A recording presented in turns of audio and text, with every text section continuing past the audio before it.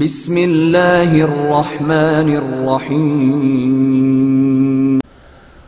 بسم اللہ الرحمن الرحیم فَإِذَا أَرَادَ الدُّخُولَ بِالزَّوْجَةِ صَلَّى رَكْعَتَيْنِ۔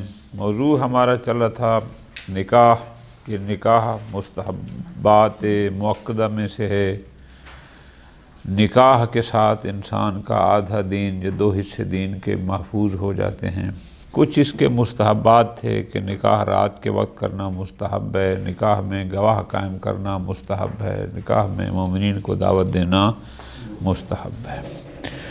آخر میں آیا تھا کہ وَلْيُجْتَنَبْ وُقُوعُهُ، کہ نکاح کے اس وقت نکاح کرنا، عقد جاری کرنا جب قمر برج عقرب میں ہو، مستحب ہے کہ اس سے اجتناب کیا جائے کہ قمر در عقرب نہ ہو۔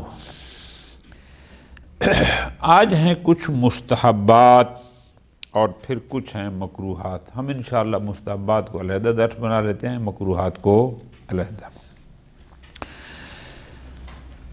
جب انسان کا نکاح ہو جائے، شب اول آ جائے، اس کے کچھ مستحبات ہیں۔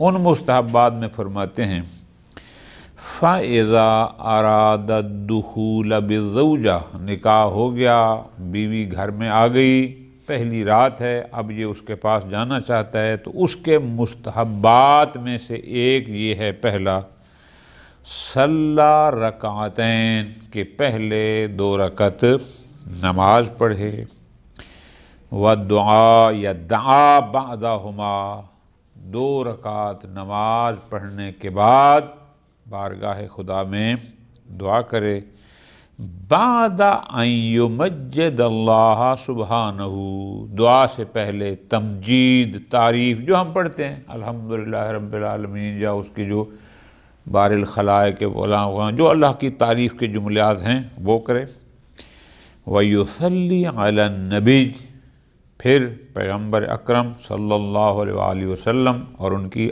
آل اطہار پر صلوات درود جو ہماری روٹین ہے یہ کرے۔ جب 2 رکعت نماز پڑھنے کے بعد اللہ کی تعریفی کلمات پہلے، پھر محمد و آل محمد پر درود، اس کے بعد یہ دعا پڑھنا مستحب ہے، اللہم ارزقنی الفہا وودہا ورضاہا۔ اب اس میں اس خاتون کے بارے میں دعا مانگ رہا ہے کہ اس کی محبت، الفت، اس کے دل میں میرے لیے مقام، وردنی بہا وجمع بیننا باحسن اجتماع و انس و ائتلاف، وہ جو ہم پڑھتے ہیں کہ ایک اچھا ملاپ ہو، فلان ہو، فَإِنَّكَ تُحِبُّ الْحَلَالَ وَتَكْرَهُ الْحَرَامَ، چونکہ یہ اس نے ایک حلال انجام دیا، سنت پیغمبر پر عمل کیا، اور ایک کار خیر انجام دیا۔ اَوْ غَيْرَهُ مِنَ الدُّعَاء، خوب یہ کام کرے، وَتَفْعَلُ الْمَرْأَةُ كَذَلِكَ، خاتون کے لیے بھی حکم یہی ہے، فَتُصَلِّ رَكْعَتَيْن بَعْدَ الطَّهَارَةِ، پہلے وضو کرے، پھر 2 رکعت۔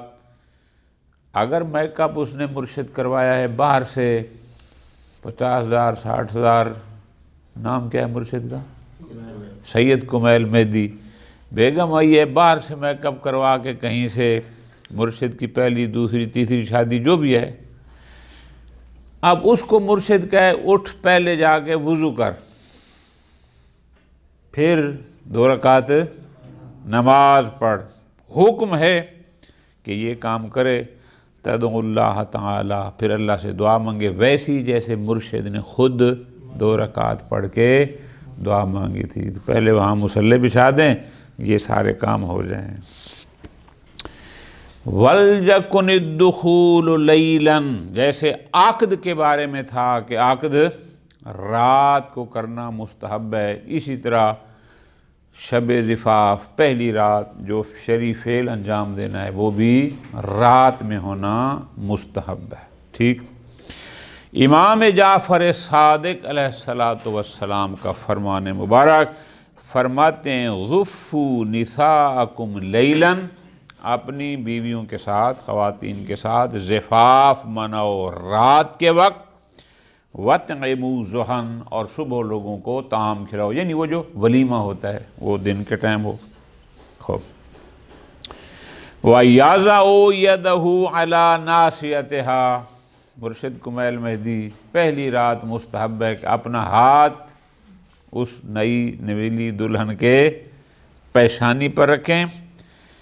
ناسیہ سے مراد کیا ہے؟ ہِیَ مَا بَيْنَ نَزْعَتَيْهَا مِن مُقَدَّمِ رَأْسِهَا. نزعتین کہتے ہیں ان جگہوں کو، یہ جو کان پٹنی ہوتی ہے ان کے جو درمیان کا حصہ ہوتا ہے پیشانی پر رکھے. عند دخولها علیہ، جب پہلی رات اس کے بیڈ پر جائے، اس کے پاس جائے. ٹھیک. اور پھر یہ دعا پڑھے، اللہم علی کتابک تضویتها وفی امانتک اخذتها وبکلماتک استحللت فرجها فإن قضیت فی رحمها شیئا فاجعلہ مسلما سویا ولا تجعلہ شرکا شیطان. وَيُسَمِّ اللَّهَ تعالی، اور جب بھی جمع کرے اللہ پاک کا نام لے، جب بھی کرے اس وقت بھی بعد میں، تاکہ شیطان اس سے دور رہے. یہاں حدیث نہیں ہے، میں نے خود پڑھی ہے حدیث. النزید نے لکھی ہے کہ امام جعفر صادق علیہ السلام سے سوال کیا گیا کہ یہ جو ہے کہ جب آدمی اپنی بیوی کے ساتھ شرعی فعل کو انجام دے تو اللہ کا نام لے تاکہ شرک شیطان سے محفوظ رہے، اس کی وضاحت فرمائیں. النزید میں بھی یہ ہے، اگر آپ وہاں دیکھیں تو امام علیہ السلام نے فرمایا کہ جب بھی کوئی شخص اپنی بیوی کے ساتھ یہ عمل انجام دینا چاہتا ہے، شیطان اس موقع پر موجود ہوتا ہے. اگر وہ اللہ کا نام لے لے، بسم اللہ، سبحان اللہ، یعنی ذکر خدا آ جائے تو وہاں سے شیطان دور ہو جاتا ہے، وَإِلَّا شیطان اس کے ساتھ شریک ہوتا ہے. اگلے بات مزے کی بات ہے، اس راوی نے خود سوال کیا امام سے کہ ہمیں کیسے پتہ کہ یہ جو ہمارا بچہ پیدا ہوا اس میں شیطان شریک ہے یا نہیں ہے؟ اس روایت میں امام نے فرمایا اس کے سامنے ہمارا ذکر کرو. اگر وہ ہم محمد و آل محمد سے محبت کرتا ہے تو اس کا مطلب ہے شیطان شریک نہیں ہے. اگر وہ ہمارا دشمن ہے تو اس کا مطلب ہے شیطان شریک ہے. یہ النزید والے نے بھی اس کو یہاں لکھا ہے، تو اس لیے اس کی اہمیت اپنے مقام پر رہے. وَيَسْأَلُ اللَّهَ الْوَلَدَ ذَكَرَ السَّبِيَّ الصَّالِحَ، اللہ تعالیٰ سے سوال کرے کہ یا اللہ مجھے اولاد عطا فرما، مذکر عطا فرما. السبی یعنی جسمانی طور پر صحیح، صالح یعنی نیک. قال عبد الرحمن بن کثیر، وہ کہتے ہیں کنت عند ابی عبداللہ علیہ السلام، میں امام جعفر صادق علیہ السلام کی خدمت میں بیٹھا تھا. فذکر شرک الشیطان، امام جعفر صادق علیہ السلام نے اس موقع پر شرک شیطان کا ذکر کیا. فعظمہ، اور اس کو بہت زیادہ بتایا کہ ایسا ہوتا ہے ایسا ہوتا ہے. حتی فزعنی، حتیٰ کہ میں فضا میں یعنی میں پریشان ہو گیا، میں ڈر گیا کہ ہم اس شرک شیطان سے کیسے بچ سکتے ہیں. فقل جعلت فداک فمل مخرج من ذالک، تو کون سی شے ہے جو ہمیں یہاں سے نکال سکتی ہے، یا مخرج کون سا اس کا راستہ ہے، یا مخرج نکالنے والا جو بھی ہے. امام نے فرمایا اذا اردت الجماع فقل، شرک شیطان سے بچنا ہے تو اس وقت یہ دعا پڑھو، بسم اللہ الرحمن الرحیم الذی لا الہ الا هو بدیع السماوات والارض اللہم ان قضیت منی فی هذه اللیلۃ خلیفۃ فلا تجعل للشیطان فیہ شرکا ولا نصیبا ولا حظا. پھر وَاجْعَلْهُ مُؤْمِنًا مُخْلِصًا صَفِيًّا مِنَ الشَّيْطَانِ وَرِجْزِهِ جَلَّ ثَنَاؤُهُ. یہ دعا پڑھے تو شرک شیطان سے محفوظ ہو جائے گا. اور کیا مستحب ہے؟ وَلْيُولِمْ عِنْدَ الضِّفَافِ يَوْمًا، ضفاف یعنی پہلی رات، تو صبح جب دن اس کا ہو تو ولیمہ دینا ولیمہ کرنا، مومن کھلانا مستحب ہے، یومن او یومین، ایک دن ولیمہ ہو یا 2 دن۔ تاسین بن نبی صلی اللہ علیہ وآلہ وسلم، اس لیے کہ پیغمبر اکرم صلی اللہ علیہ وآلہ وسلم نے بھی یہ ولیمہ کیا، لیکن فقد اولم علی جملۃ من نسائہ، انہوں نے اپنی بیگمات، البتہ شارح نے لکھا کہ سب کا نہیں لیکن کچھ کے ولیمے انہوں نے کیے۔ پیغمبر اکرم صلی اللہ علیہ وآلہ وسلم کا فرمان ہے، ان من سنن المرسلین، سنت انبیاء و مرسلین میں سے یہ ہے، ان کے کارہائے خیر میں سے ایک کیا ہے، الاطعام عند التزویج، کہ جب آپ شادی کریں تو لوگوں کو طعام کھانا کھلائیں۔ پیغمبر اکرم صلی اللہ علیہ وآلہ وسلم نے ایک اور حدیث میں یوں فرمایا، الولیمۃ اول یوم حق، پہلے دن ولیمہ دینا حق ہے، یعنی بہتر ہے، ضرور دو، ہے مستحب لیکن تاکید ہے۔ والثانی معروف، اگر آپ کے پاس گنجائش ہے تو دوسرے دن ولیمہ دینا لوگوں کو، وہ بھی نیکی ہے، کار خیر ہے۔ واسماوات، لیکن اس سے زیادہ ریاء و سمعہ، وہ ریاء اور دکھلاوا ہے، یعنی وہ اسلام اور کار ثواب، زیادہ سے زیادہ 2 دن ولیمے کا حکم ہے۔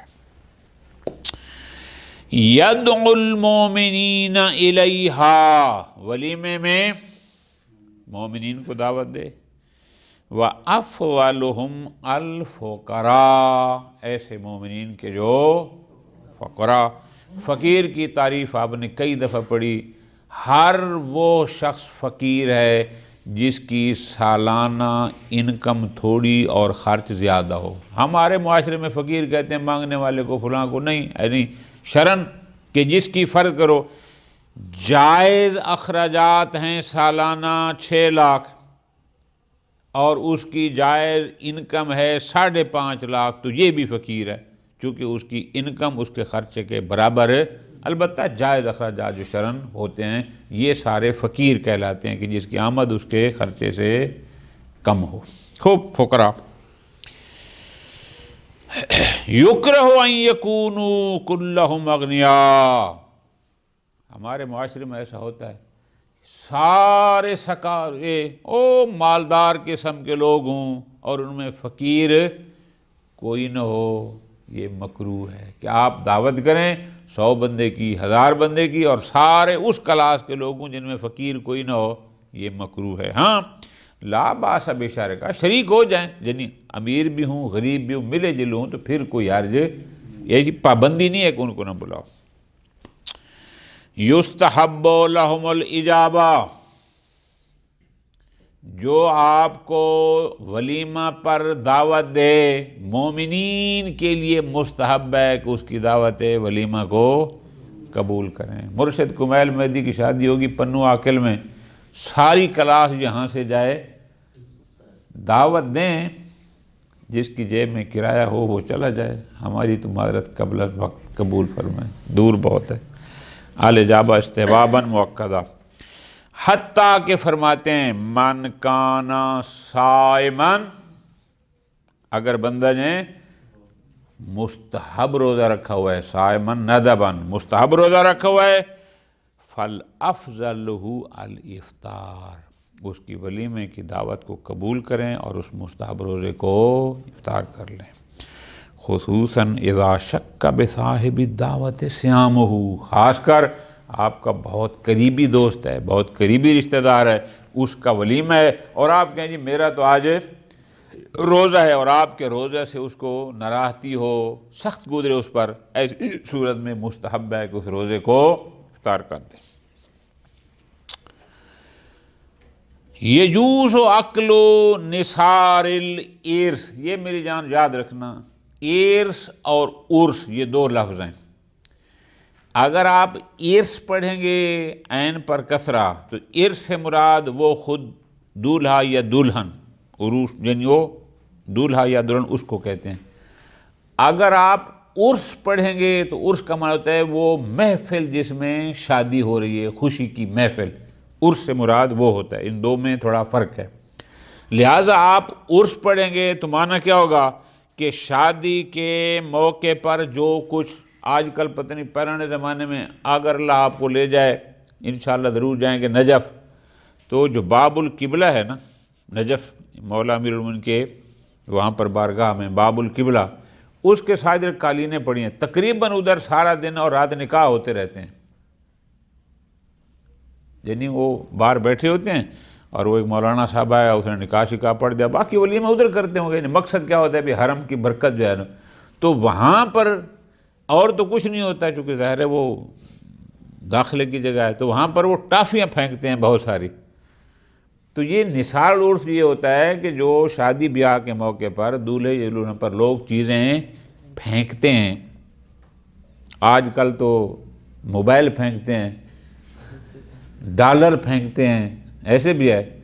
فرماتے ہیں اگر کھانے پینے کی چیز ہو جائز ہے، اس لیے کہ قرینہ حالیہ بتاتا ہے کہ وہ پھینک ہی اس لیے رہے ہیں کہ لوگ اس کو لے جائیں، جیسے وہاں لوگ ٹافیاں پھینکتے ہیں زیادہ تر، تو آپ وہاں سے ٹافیاں اٹھا لیں کھائیں پئیں، کوئی مسئلہ نہیں ہے، جائز ہے۔ یجوز اکل و نثار العرس، عرس اگر پڑھیں گے یعنی شادی کی محفل میں جو دولہا دلہن پر پھینکا جاتا ہے، اگر عرس پڑھیں گے تو اس کا مطلب یعنی دولہے اور دلہن پر جو پھینکا گیا۔ وَأَخْذُهُ بِشَاهِدِ الْحَالِ، قرینہ حالیہ یہی بتاتا ہے کہ وہ اس لیے پھینک رہے ہیں کہ لوگ اس کو اٹھائیں۔ اے ما شاءت الحال بالإذن فی اخذہ، کیوں؟ لأن الحال یشہد بأخذہ دائم۔